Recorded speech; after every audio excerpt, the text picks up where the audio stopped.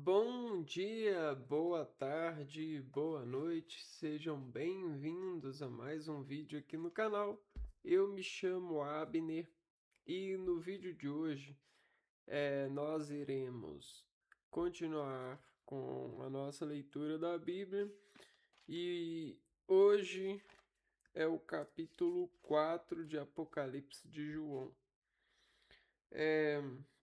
Então vou começar. A liturgia celeste. Depois disso, vi uma porta aberta no céu, e a voz que antes eu tinha ouvido falar-me como trombeta disse: Sobe até aqui, para que eu te mostre as coisas que devem acontecer depois destas. Imediatamente fui movido pelo Espírito. Havia no céu um trono e no trono alguém sentado. Aquele que estava sentado tinha o aspecto de uma pedra de jaspe e cornalina. Um arco-íris envolvia o trono com reflexos de esmeralda. Ao redor do trono havia outros 24 tronos. Deles estavam sentados 24 anciãos, todos eles vestidos de branco e com coroas de ouro na cabeça. Do trono saíam relâmpagos, vozes e trovões. Diante do trono estavam acesas 7 lâmpadas de fogo, que são 7 Espíritos de Deus. Na frente do trono havia como que um mar de vidro cristalino. No centro, em redor do trono, havia 4 seres vivos, cheios de olhos pela frente e por detrás. O primeiro ser vivo era semelhante a um leão. O segundo era semelhante a um touro. O terceiro tinha rosto de homem, e o quarto era semelhante a uma águia em pleno voo. Cada um dos 4 seres vivos tinha 6 asas cobertas de olhos ao redor, ao redor e por dentro. Dia e noite, sem parar, proclamavam: Santo, Santo, Santo Senhor, Deus Todo-Poderoso, aquele que é, que era e que vem.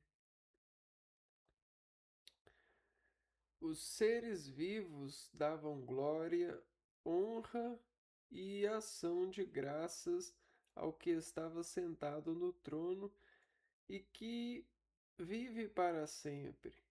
E cada vez que os seres vivos faziam isto, os 24 anciãos se prostravam diante daquele que estava sentado no trono para adorar o que vive para todo sempre. Depunham suas coroas diante do trono de Deus e diziam: Tu és digno, Senhor, nosso Deus, de receber a glória, a honra e o poder, porque criaste todas as coisas por tua vontade. É que elas existem e foram criadas. Então o capítulo ele é bem pequeno e ele é bem tranquilo eh, de buscar compreender em comparação com os outros, até porque aqui é bem objetivo, né? A gente percebe que é, dentro dos nossos conhecimentos, quando a gente pensa na semente, né, utilizando essa ferramenta, que é a analogia. Pegando a semente, né? A gente tem que da semente partem raízes. E essas raízes, elas partem para o bem da semente, para o bem da semente se manter. E a semente, a partir dessas raízes, ela consegue nutrientes para se desenvolver. E o desenvolvimento de uma semente para aquilo que a gente vê sobre a terra, no céu é diferente do que está sobre a terra, debaixo da terra. E aí o que acontece? Essa, essa diferenciação está sobre uma estrutura que foi gerada por essa semente, né? Porque ela soube se manter nessa graças às raízes que procuravam um bem dessa semente. E veja só, quando a gente observa essa estrutura sobre o céu, ela gera tronos, folhas. E dessas folhas, em alguns casos, senta-se uma flor. E dessa flor, em alguns casos, consegue-se gerar pólen para a frutificação. Aquilo que é glorioso, aquilo que tem honra e tem poder, né? Hoje eu tive um encontro com a tangerina. Já falaram comigo assim, um encontro com Cristo. E aí, hoje eu tava andando pela chácara aqui do meu avô e eu estava assim, andando como um adulto, né? O adulto ele anda assim com a enxada na mão e quando ele bate a enxada na terra, ele sente o peso da terra, ele sente uma proporção. E quando eu provei a mexerica, né, a tangerina, a mexerica assim, ó, de um instante para o outro, né, eu entrei em um estado de amor, de paixão, um estado de doçura, né, por quê? Porque o poder dessa fruta, eu honrei ele no sentido de é, estar com ele, né? Eu utilizei esse sumo. E no momento que eu utilizei essa fruta, é como se eu ficasse contente, descarregasse em mim uma contência, né? Isso me contesse de tal maneira que o adulto que estava em mim se esvaiu e a criança apareceu e de repente eu estava o suficiente maduro, né? Maduro não, o suficiente ativo para pegar a enxada e bater no chão, né? Capinar como uma criança, né? Sem o peso das enxadas sobre o chão. Porque a criança, ela tem curiosidade, ela não sente pena assim de si mesmo, num sentido assim de falta de graça, né? Então, só que pena que isso é igual uma pilha, né? Pena ou graças a Deus, que ahn, a gente pode ter honra e glória de forma eterna quando a gente encontra Jesus. Só que Jesus, ele tá em tudo. Ele tá na glória dessa tangerina, ele tá na glória do milho, ele tá na glória da paisagem, ele tá na glória do outro, ele tá na glória de você, né, então dos seus cuidados. Então, veja só, é tão simples, né, que essa se torna para nós a liturgia celeste, né? Ahn, ah, e aí o que que acontece?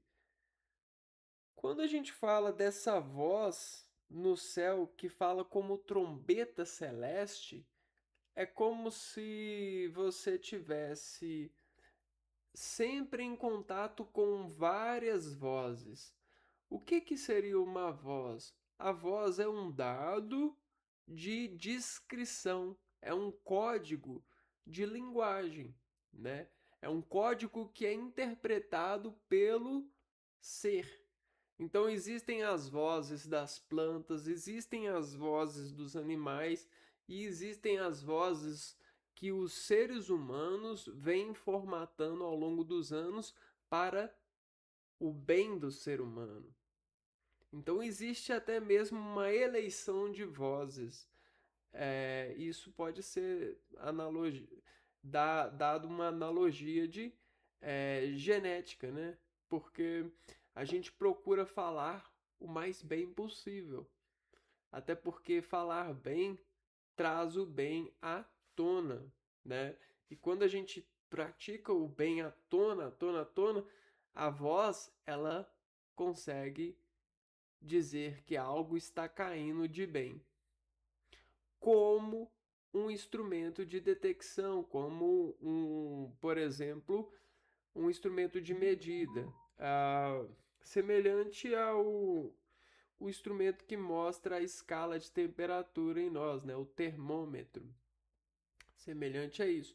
A voz ela consegue ser um termômetro para as descargas do organismo, sendo que o ser humano ele sempre procura falar a descarga mais harmônica possível. Isso representa que internamente ele está é, ele está construindo, ele está confortado, ele está contraindo uma harmonia. Ali não há um bloqueio de descontração de harmonia. Ali não há um medo, ali não há um dos sete pecados capitais que podem, porventura, bloquear esses sete espíritos do bem, né? Ahn, então veja só. Imediatamente fui movido pelo Espírito a ver no céu um trono e no trono alguém sentado. Aquele que está sentado tinha o aspecto de uma pedra de jaspe. Ao redor do trono havia outros 24 tronos. Neles estavam sentados 24 anciões. Vamos dizer que esses 24, né, eles é, são pontas de superfície onde desen, desencontra um movimento terminal. Vamos dizer assim que nós temos os terminais, assim como todos os seres possuem terminais. O que que é um terminal? Por exemplo, esse é um terminal e esse é um terminal. Só que esses dois terminais, eles têm uma relação. Esse é um terminal e esse é outro terminal. Só que, ao mesmo tempo, esse é um terminal de entrada. Eu tenho o terminal de saída. Eu tenho o terminal nesse sentido que representa a superfície do corpo. Quando a gente analisa um corpo de forma técnica, você tem o lado mais interno e o lado mais externo desse corpo, né? E aí é igual você pegar uma jarra e você vê, tem o fundo e tem a coisa que está menos no fundo, que está na superfície, né? Então a gente chama isso de volume, de profundidade. E aí o que que acontece? Quando a gente fala de harmonia do corpo para para estar, né, sobre o espírito ele é a promoção que é dada ao corpo. Então, quando o espírito é tocado, essa promoção ela se descarrega pelo corpo e a descarga pelo corpo ela é ela é controlada principalmente pelas pela relação que a descarga tem a partir dos feixes do centro para as extremidades e das extremidades para o centro, e numa relação de decaimento. Só que esse decaimento, falando de corpo, ele é um pouco diferente porque você tem um relacionamento de descargas com células, né? E essas células, para nós, elas representam tronos, elas representam olhos, né? Então você pode fazer essa analogia de que existem vários olhos ni por exemplo, aqui é falado que ah, seres vivos cheios de olhos, que ó, no centro e em redor do trono havia 4 seres vivos cheios de olhos, tá? Seres vivos cheios de olhos, cheios de células. E quando fala seres vivos aqui, eu não compreendo que seja seres vivos. hum, hum, Porque, veja só, ser vivo, o que que seria um ser vivo, né? Aquilo que o espírito habita, né? É mais ou menos isso, né? Ser vivo, né? E aí o que que acontece? Os órgãos, o espírito ele habita nos órgãos, né? Ele habita. E aí quando você descarrega energia, por exemplo, em alguma coisa, de alguma forma essa coisa ela passa a ter viva à medida que você descarrega vida nessa coisa. Não que ela seja viva. Ah, mas vamos ver aqui, ó. Né, porque que fala aqui assim, ó, né? Redor havia 4 seres vivos cheios de olhos pela frente e por detrás. O primeiro ser vivo era semelhante a um leão, o segundo era semelhante a um touro. Como assim, né? O que que representa a semelhança? Da onde que vem a semelhança nesse sentido, né? O segundo era semelhante a um touro, o terceiro tinha um rosto de homem e o quarto era semelhante a uma águia em pleno voo, né? O que que seria isso, né? Seres vivos semelhante a animais voando. Então seria o quê? Seria como se a gente conseguisse desintegrar um ser humano e olhasse a parte viva dele que decodifica, né, que decompõe, por exemplo, a visão, a audição, o olfato, a gustação. Será que seria isso? Até porque cada uma dessas sistemas, a gente chama isso em fisiologia em sistema, né? A gente tem o sistema digestório, sistema respiratório, sistema visual, o sistema sensitivo, né? Ah, é o sistema sensitivo. O sistema. A gente tem vários sistemas.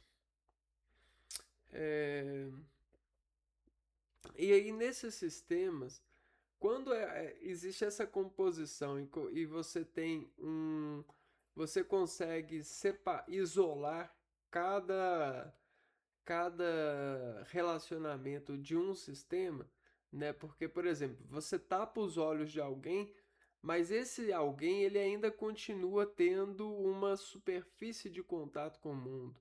Algo vivo ainda está nele. Você não mata alguém, você só tira os olhos. Pode parecer bobo, mas nenhum contexto de construção de intelecto ou de Deus falar com a gente, isso é precioso, né? E em um primeiro momento ele é muito precioso, porque a falta de olho nos é caro. E imagina, quando a gente fala três seres vivos em um só, né? Então veja só.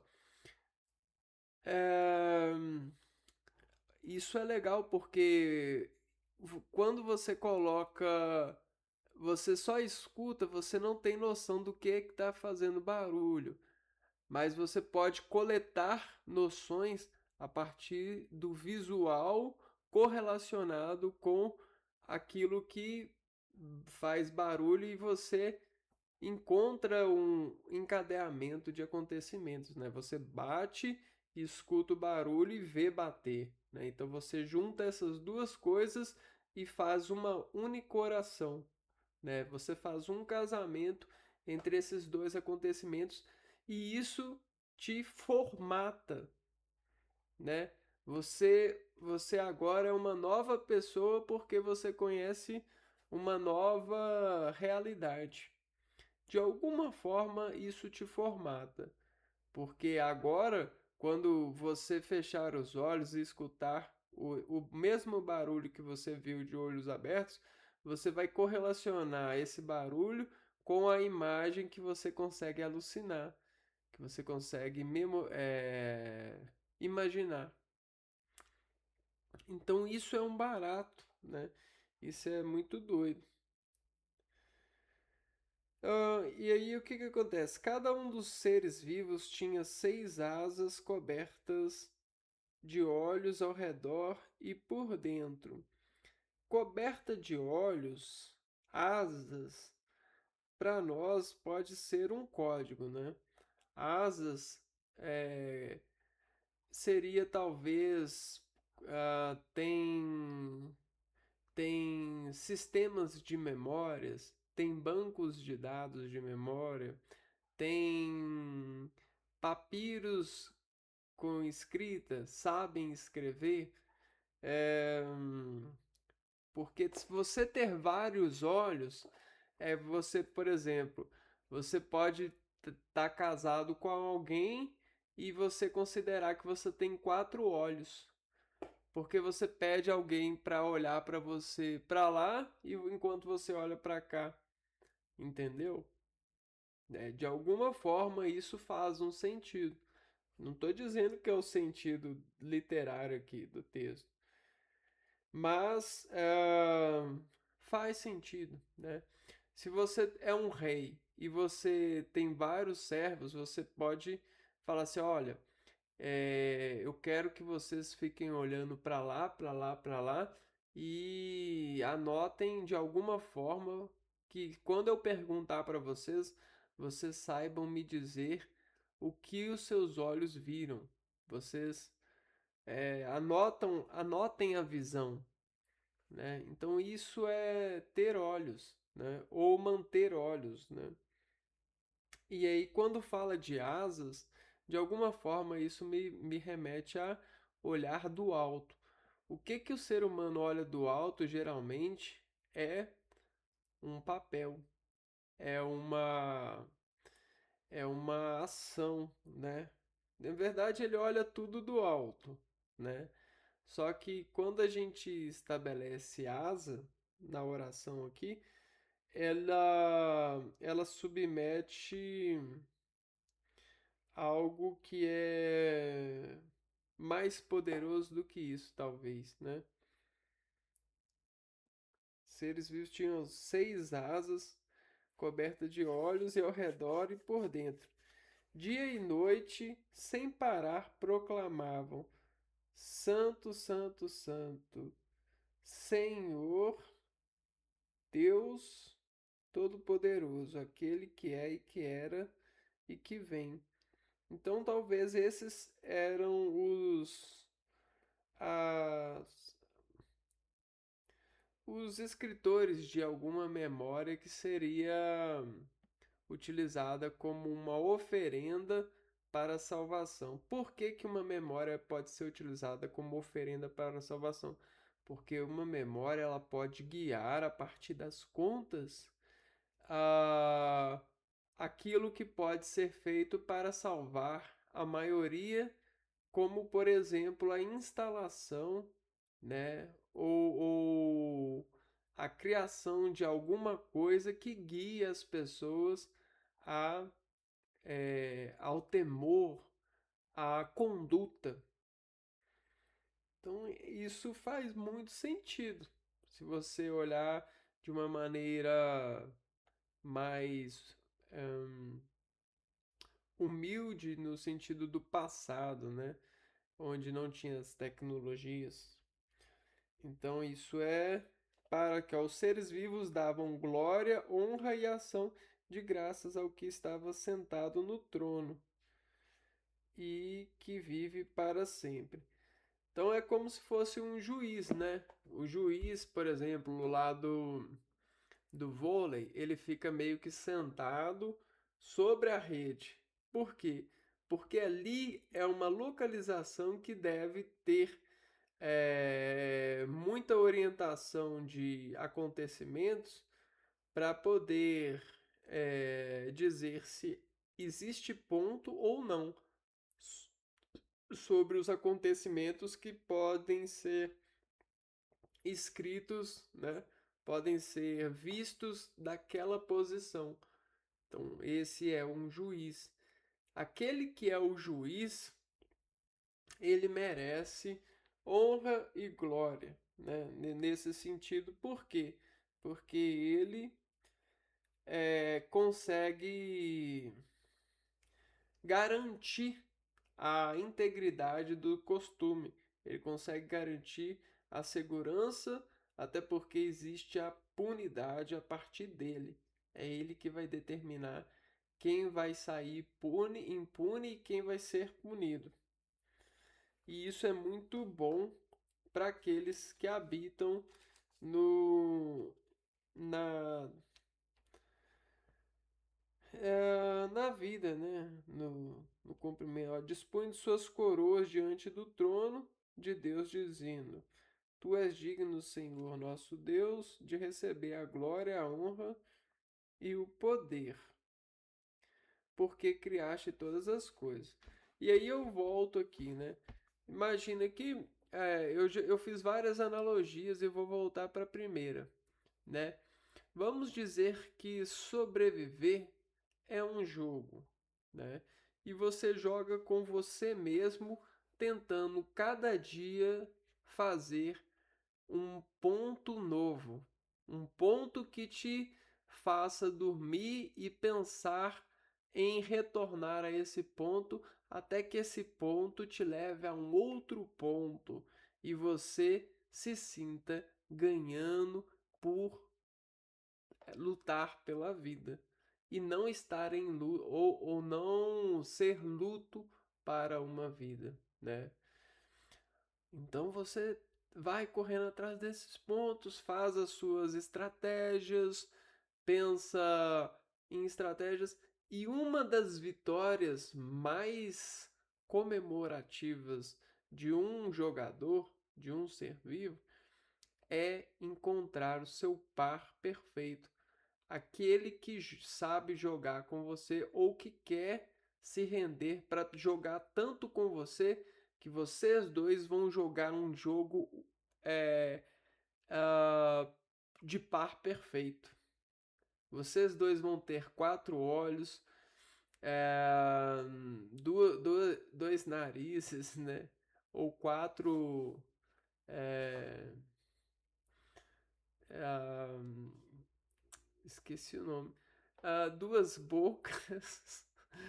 Então, olha que doideira. Mas isso pode se tornar quatro também, quatro bocas, quatro orelhas. depende do seu ponto de vista, né? Até porque a boca ela fala grave e agudo e tal. Na boca existem muitas divisões, para ser sincero, né? Se você for sensível, humilde para encontrar. Então existem divisões para as pessoas sensíveis e puras, que representam os pontos que ela já alcançou ou que pode alcançar dentro desse jogo. E isso vai criando caráter e vai fazendo com que os seres humanos acessem esses caráteres. Aí pega a planta agora e pega toda a sistematização da planta e os jogos da planta. O que ela joga para se manter bem, ela joga fora, ela desperdiça, ela deixa cair para se manter bem sobre as raízes de uma maneira que ela vai se perpetuar até a eternidade, na saúde e na doença. Ela vai estar no céu, lugar, fiel à semente, a isso, ah, até que alguma coisa os separe, né? Que seria a morte. Só que a morte da planta geralmente vem por meios humanos ou por meios de outra planta, né? Em algum desses casos. Ou até mesmo por é, coisas que. Intemperismos físico-químicos. Ahn, e aí, para nós, a gente tem bastante semelhança nesse sentido, né? Mas o que que acontece? Ahn, Existe esses lados, né? Do espírito que controla a carne e o espírito que controla a carne, ele quer o bem da carne, até porque o espírito, ele gosta de ter aonde ir, ter aonde jogar, né? Saber se está jogando bem ou mal. Você está entendendo? Então,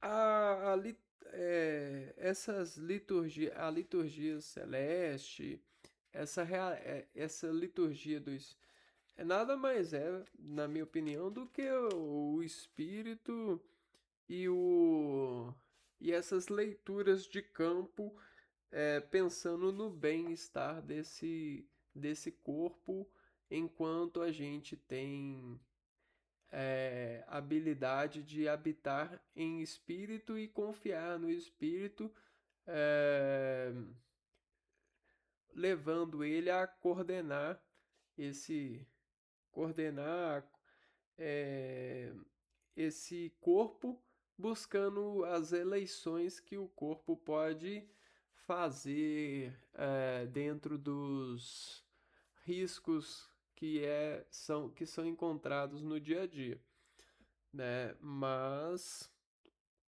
é, nós estamos tão organizados, mas tão organizados, assim, tão bem, que a gente chegou a gente chegou numa dado estilo de vida que o maior risco do ser humano é cansar de ser humano, de ser isso, de ter prazer nisso, né? Então esse é um dos maiores riscos. E uma das coisas que eu observo é que os seres humanos eles cansam, porque eles não olham muito bem para si mesmos e percebem o quanto é, eles são perfeitos, né? Então as pessoas elas passam a olhar para os outros e tentar comparar aquilo que elas acham que seria perfeito dentro da realidade e das operações que o espírito pode dar ao corpo para realizar sobre protestos de buscar pontos a partir de perspectivas e relações financeiras. Acontece que isso é um erro muito grave e isso cobra suas parcelas, né? Para todos nós que precisamos aprender um dia sobre isso.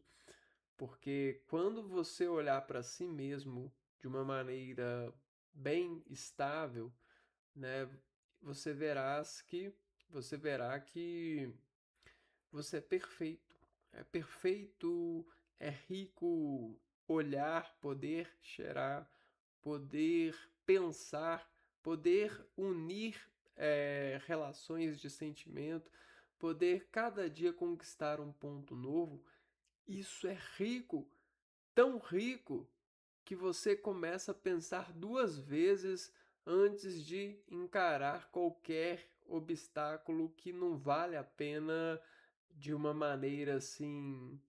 Você começa a ser tão rico que você. É claro que, numa maneira de bem, você pensa assim: se vale a pena realmente correr os riscos que hoje em dia são demasiadamente naturalizados, mas que essa naturalidade de hoje só é natural por causa que o homem tem atropelado a natureza radicalmente, porque ele erradicou a relação do ser humano simples, no sentido das operações de, por exemplo, costurar roupa, andar a pé, plantar um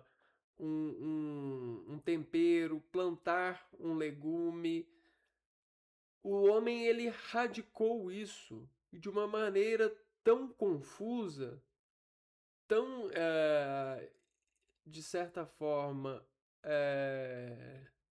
catastrófica, que hoje em dia o ser humano, né, ele é eleito para isso, né? É como se você ganhasse o céu, se você pode fazer aquilo que um dia era simples e necessário familiarmente para o ambiente familiar e para a saúde e alegria da família, onde todos poderiam ter, né, condições de se banhar nessa realidade, né? Nessa relacionamento infinito, né? Só que a finitude dessa radicalização, ah, muitos não veem, mas é como se realmente tivesse caindo em nós, né? Aquilo que a ciência fala que aconteceu há milhares de anos atrás, um meteoro. A gente tem a meta de selecionar as pessoas certas para as atividades certas. Pá! Meteoro. E aí o que que acontece? A gente tem as extinções em massa das pessoas nas relações que seriam naturais. E hoje em dia, o que que é natural? É natural a pessoa falar assim: ah, eu vou ali, e aí já pega um carro e já sai. É, a pessoa, ah, eu tenho que fazer uma coisa, já pega o celular, já pega o computador, já faz isso, aquilo, né? Isso é natural. Não tem nada de grandioso nisso, né? E aí, engraçado, cara. Um dia, se eu falasse isso pra pessoa, a pessoa ia falar que eu tava doente, que eu tava doido, que eu tava delirando, que isso aí não existe, né? E hoje existe tudo isso. Você tem mensagem enviando para longe, você tem certeza que está acontecendo isso, você consegue conversar de tela em tela, isso aqui.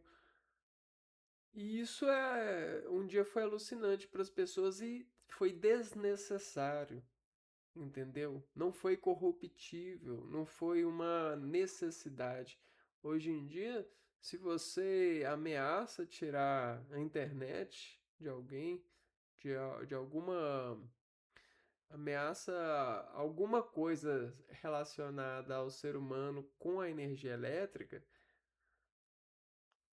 o mundo todo acaba.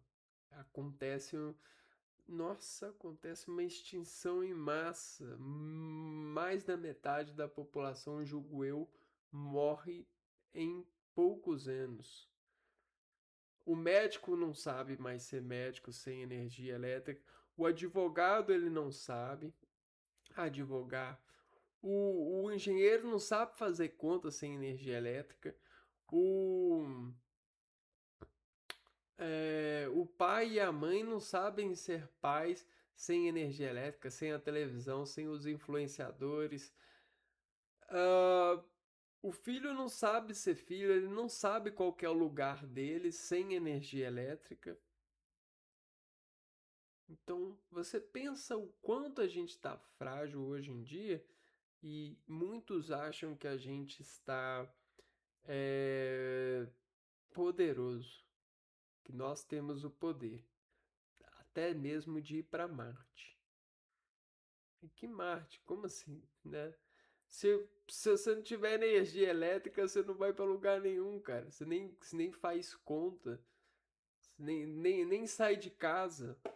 Às vezes você até sai de casa, contanto que tem energia elétrica no seu trabalho. Porque se não tiver energia elétrica no seu trabalho para fazer foguete, você não faz. Ou faz? Acho que não faz, não. Duvido, duvido. Sem um notebook lá do lado do engenheiro, ele faz um foguete. Duvido. Então, olha só, acordamos, né? Acordamos aí, porque será que nós somos evoluídos? Será que nós somos fortes? Será que nós estamos unidos? Estamos juntos nessa? Ou nós somos fracos? Nós estamos cada vez mais desunidos, não pensando no outro, e nós estamos vulneráveis. Aí fica a minha reflexão aqui. Eu acho que a gente é fraco, a gente não é unido e a gente é frágil, a gente é dependente. E tá aqui, né? Isso é perigoso. A gente, se falasse comigo, se a gente tá na janela, a gente tá no 1 minuto para meia-noite. Eu ia falar com você que a gente tá no 1 segundo para meia-noite. Basta de 1 segundo para o outro acabar a energia do mundo e ela não voltar, que acaba o mundo. De alguma forma, o mundo ele vai sofrer bizarramente. Uma coisa que é um sofrimento que eu acho que nem na Bíblia, nem na Bíblia falando do inferno aqui, você consegue imaginar que seria. Então a gente tá, ó, mais numa ameaça mais, a gente tá mais vulnerável do que a gente pensa, né? Então, eu sinceramente acredito que o cara, né, que inventou tudo isso, essa internet, eh, inventou toda essa facilitação, eu acredito que ele não é vulnerável como eu estou pensando. Acho que ele não depende da internet, né? E porque se algum dia ele depender dessas coisas, ele vai fazer, ele não vai usar a energia elétrica, né? Vamos supor assim. Ai, ai. Brincadeiras à parte, né? Até porque eu tô falando de sistemas elétricos, né? Mas energia elétrica é uma conversão de atividades, né? De, de movimentos de massas, né? Movimentos de massas. É, mas é um modo de falar, é um modo de gerar interesse e pensamento sobre, né? Eu acho isso legal e é um exercício que eu estou praticando aqui, né? Corriqueiramente. Então eu vou ficando por aqui. A gente se vê no próximo vídeo.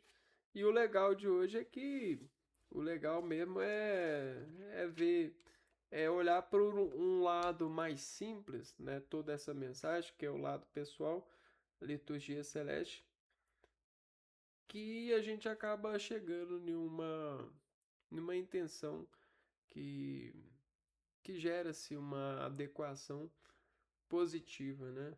Então, isso vai nos fundamentando e vai fazendo com que a gente deseje revisar, né? Pelo menos, né? Então é isso, eu vou ficando por aqui. A gente se vê no próximo vídeo. Um abraço para vocês e fui!